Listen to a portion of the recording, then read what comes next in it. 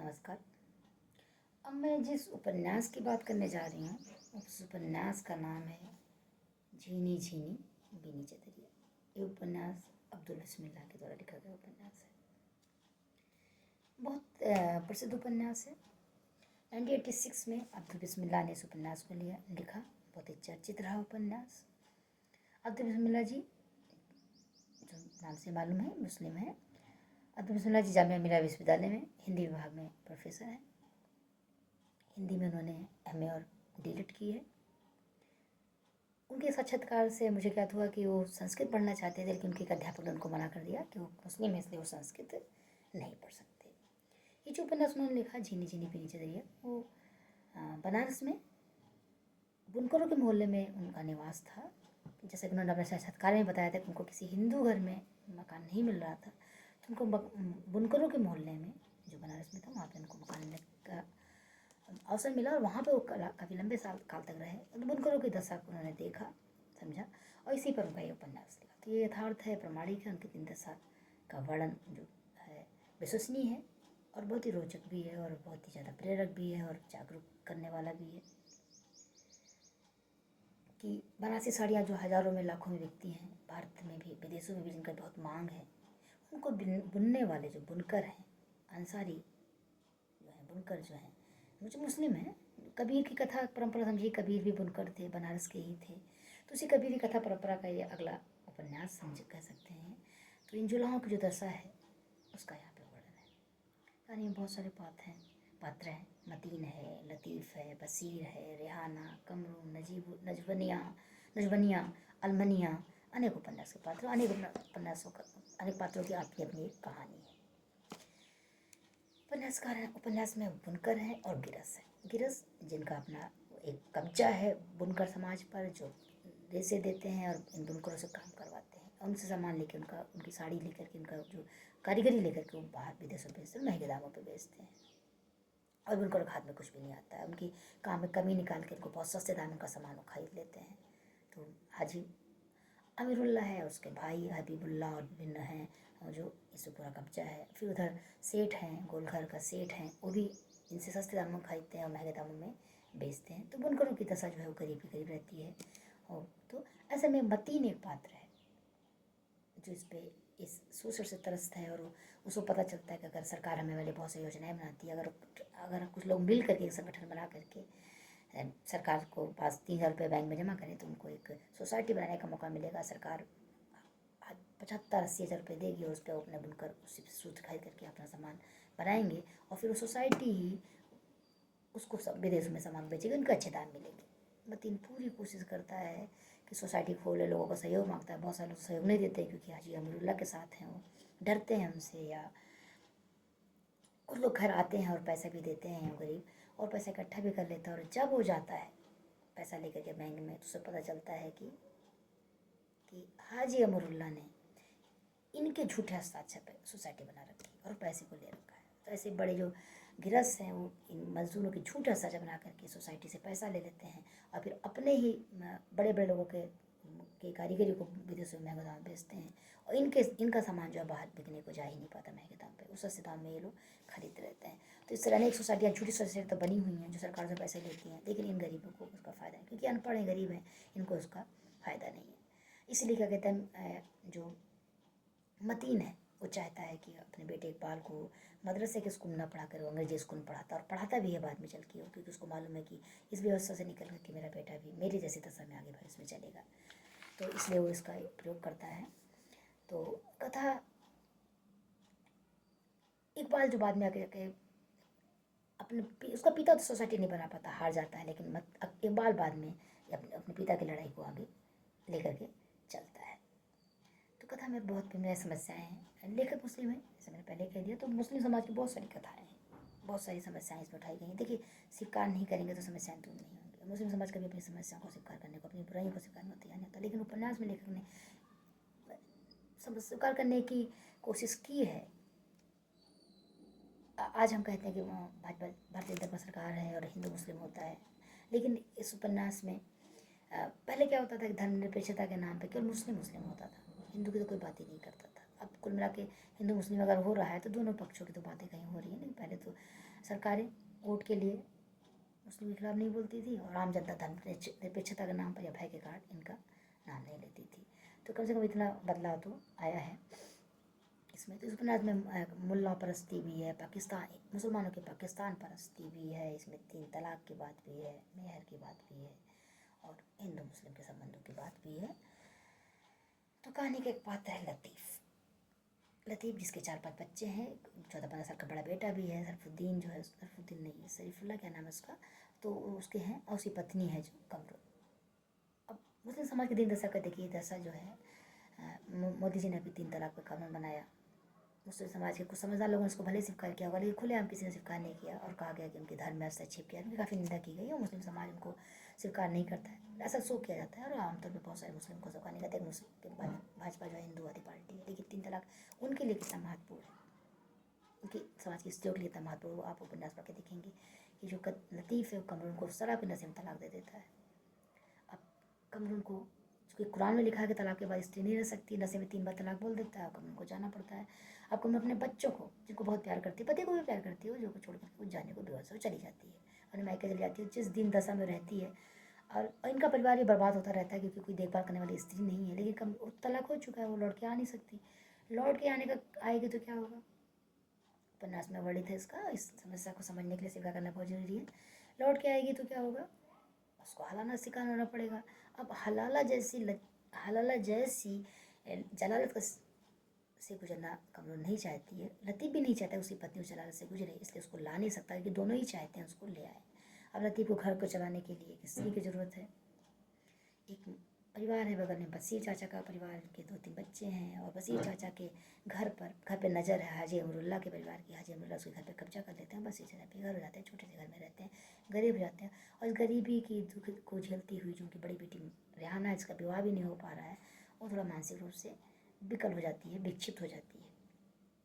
इसका परिणाम क्या होता है कि रेहाना को लोग कहते हैं भूत प्रेत है, उसको मजार उसके चक्कर लगाए जाते हैं, मौलवी मुल्ला के चक्कर लगाते लगाते उसको अंततः पागल सिद्ध कर दिया जाता है। और अंतिम में इस गरीब रेहाना का विवाह इस लतीफ़ जो एक प्रौढ़ है, वृद्धावस्था के क्रम में जा रहा है, उससे उसका विवाह हो जाता है। लतीफ़ रेहाना को स्वीकार नहीं कर पाता, उसको मारता पीटता है और शराब के नशे में और ऐसे भी वो है। तो रेहाना एक दिन मर जाती है। रेहाना मर जाती है और फिर जो है लतीफ़ भी बीमार रहने लगता है और एक दिन वो कमरुल को अपने घर ले आता है।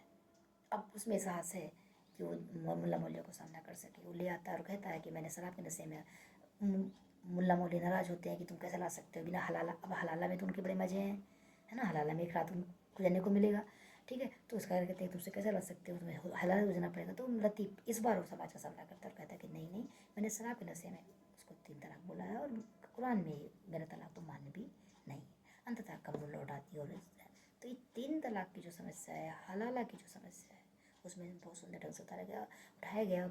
रहमाना जो गरीब लड़की, इसको मुल्ला मौलवी मजारों के नाम पे भूत प्रेत कर रूहाना सिद्ध करके किस तरह उसको गरीब लड़की को एक वृद्ध शादी करके फिर अंततः मारी जाती है उसका। तो ये जो दशा है, 3 दशा है, 3 तलाक और गरीबी, उनका बड़ा अच्छा बड़ा किया गया। तो 3 तलाक जो कानून मोदी जी लाए, उस पर भले ही लोग कितना निंदा करें, लेकिन कितना महत्वपूर्ण कानून है उसको समझने के लिए वही समझ सकता है कि जिसने, जो इस समाज की महिलाएं जो इस दुख से गुजर रही, वही उसको समझ सकती हैं।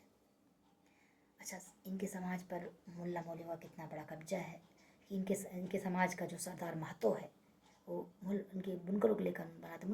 मुस्लिम समाज का जो बुनकर समाज है उसके लिए कानून बनाता है कि तलाक देने पे जो मेहर सिर्फ 35 रुपये दिया जाएगा।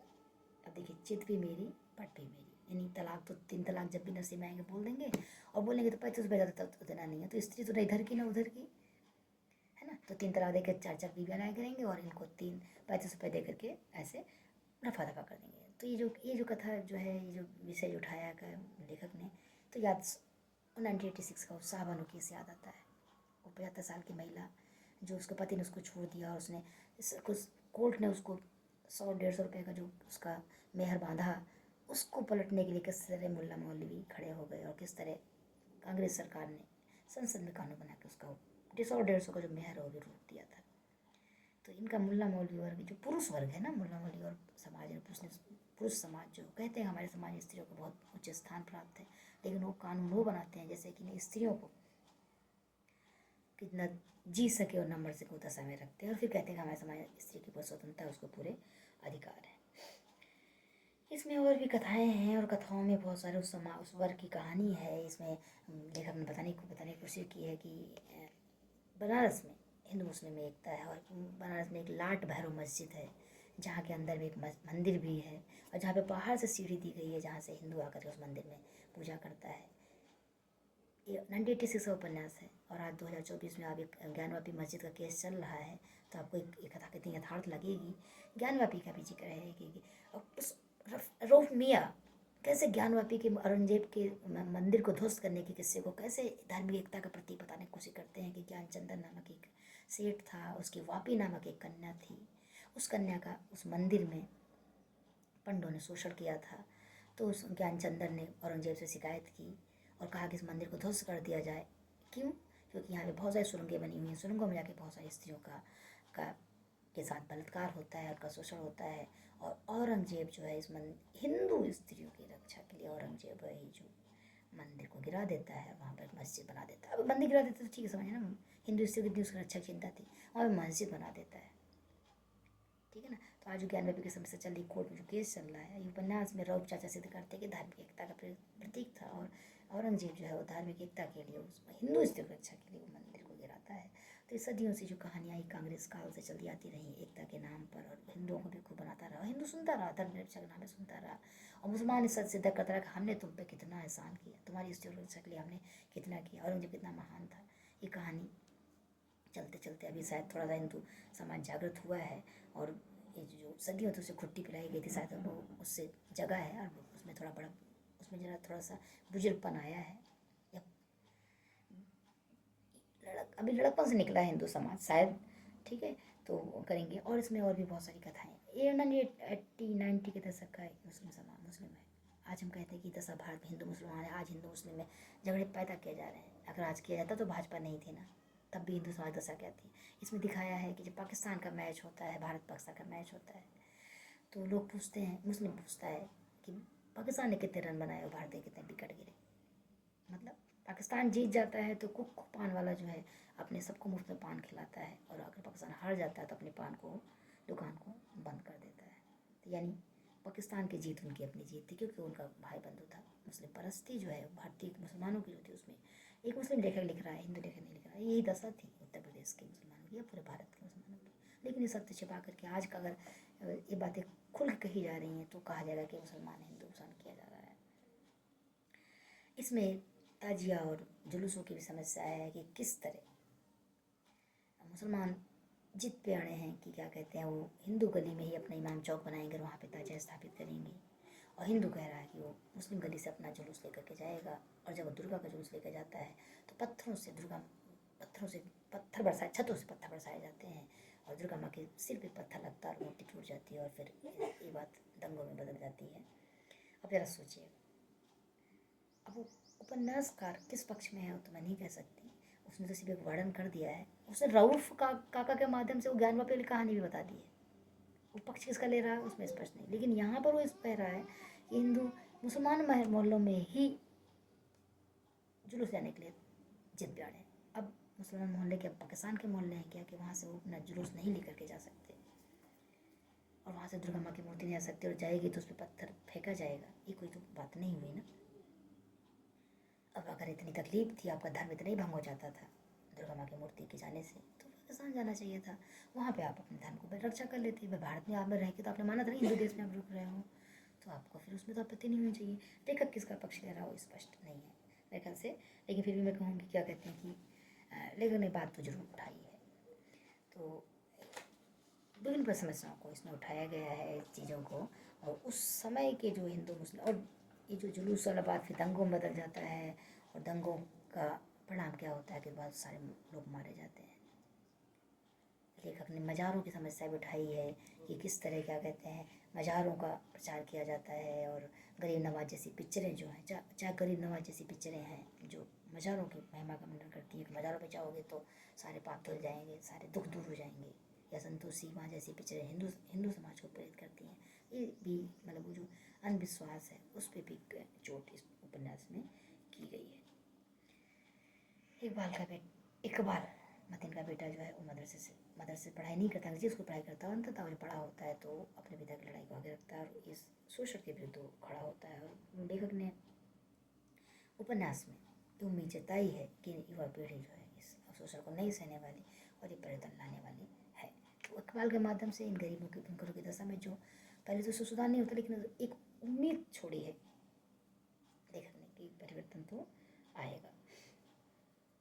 तो पूरा उपन्यास ही मुस्लिम समाज की दशा, 3 तलाक, हलाला और मेहर और उनका पाकिस्तान परस्ती या जो उनके समाज की महिलाओं की दिन दशा है उसका वर्णन किया गया है। तो ऐसे में लगता है कि जो आज ये कानून बने, 3 तलाक हुआ, चाहे UCC हो, जो भाजपा सरकार को ला रही है, कितना महत्वपूर्ण है। मतलब ये उपन्यास उस समय में लेखक की तरह से मांग कर रहा कि कानून बनने चाहिए और तब तो कोई इस देश में माना भी नहीं कर सकता था UCC की या 3 तलाक पे कानून बनने की। लेकिन उनकी दशा को लेकर नहीं लगता कि हाँ ये जो बन रहा है, जो हो रहा है, कितना महत्वपूर्ण है और ये उनके समाज को समझना चाहिए। तो मुझे लगता है कि अगर हर वर्ग का समाज जो है किताबें पढ़ने लगे, उपन्यास ही सही पढ़ने लगे, तो शायद समाज को, देश को, सबको समझ लगे। क्योंकि सामाजिक उपन्यास जो होता है उस समाज का राजनीतिक, सामाजिक, ऐतिहासिक चित्रण होता है। उनको पढ़ करके आप समाज को समझते हैं और उसमें आपको जागरूकता आती है। भावनात्मक मजबूती तो आप में आती ही आती है, लेकिन आप में जो जागरूकता आती है और आप जो उससे आप सुधार करते हैं। मैं इस वीडियो का या इस पुस्तक का चित्रण ही इसलिए यहाँ पे कर रही हूँ और उस पर वीडियो इसलिए बना रही हूँ कि हिंदू समाज, मुसलमान समाज दोनों ही उपन्यास को पढ़े और वास्तविकता समझे। नेताओं की जो फैलाई हुई कहानियाँ उन पर ना आए और मुस्लिम समाज स्वीकार करें उनके समाज में क्या गलतियाँ हैं। क्योंकि अगर वो नहीं स्वीकार करेगा तो निश्चित रूप से आगे नहीं जा सकता। जैसे उस उपन्यास में मदरसा जो शिक्षा है उस पर व्यंग है कि मदरसा शिक्षा बने वाला व्यक्ति धार्मिक कट्टरता तो आ सकती है लेकिन वो जागरूक नागरिक नहीं बन सकता। वो समाज परिवर्तन अगर इकबाल भी मतीन की तरह मदरसा में पढ़ता तो इकबाल भी स्वाभाविक है उस शोषण का शिकार होता रहता और कभी वो क्रांति के लिए खड़ा ना पाता। मतीन की तरह अपनी लड़ाई को भी हमेशा ही हार जाता। तो स्वाभाविक उपन्यास बहुत ही सुंदर है, इसको पढ़ना चाहिए। बनारस की बोली का इसमें प्रयोग है, अवधी बोली का इसमें प्रयोग है। उस क्षेत्र के रहने वाले लोग जो इस बोली से परिचित, कोई उपन्यास बहुत अच्छा लगे, कथाएँ, लोकगीत, बोली, वहाँ के पात्र, वहाँ के पात्रों का जीवन दशा, बुनकर समाज का यथार्थ चित्रण। आज भी मुझे नहीं लगता कि बहुत परिवर्तन आया है बनारस समाज में, लेकिन थोड़ा बहुत परिवर्तन आया है। सरकारों ने बहुत कोशिश की है उनके विकास के लिए, बुनकरों के विकास के लिए, उनको उनकी मेहनत का मूल्य मिले, ऐसी कोशिश कर रही है सरकार। तो ये झिनी झिनी भी नीचे दरिया उपन्यास जो है बहुत सुंदर और समाज को जगाने वाला उपन्यास है, मुस्लिम समाज की दशा को समझने वाला उपन्यास है। और आज की शायद 1986 में इस उपन्यास की उतनी महत्ता थी कि नहीं थी, लेकिन आज के समझने के लिए ये उपन्यास बहुत महत्वपूर्ण है। अगर इस उपन्यास को पढ़ा जाए और चाहे मुस्लिम हो चाहे हिंदू, दोनों ही समझ के इस उपन्यास से बहुत कुछ सीख ले सकते हैं और समाज को बदलने में बहुत कुछ सहायक हो सकते हैं। तो बहुत सुंदर और पठनीय उपन्यास है लेखक का, जरूर पढ़ा जाना चाहिए और लोगों को पढ़ने के लिए प्रेरित किया जाना चाहिए। निश्चित रूप से समाज में जागरूकता लाएगा। उपन्यास भाव, भाषा, राजनीति, समाज हर दशा को समझने में भावनात्मक रूप से तो आदमी प्रबुद्ध होगा ही होगा। तो मेरा अनुरोध है इस उपन्यास को पढ़िए और लोगों को पढ़ने के लिए प्रेरित कीजिए। और अगर आपको वीडियो अच्छा लगा है तो इसे लाइक कीजिए, सब्सक्राइब कीजिए, शेयर कीजिए और नोटिफिकेशन ऑन कीजिए ताकि मैं अन्य वीडियो भी बना सकूँ।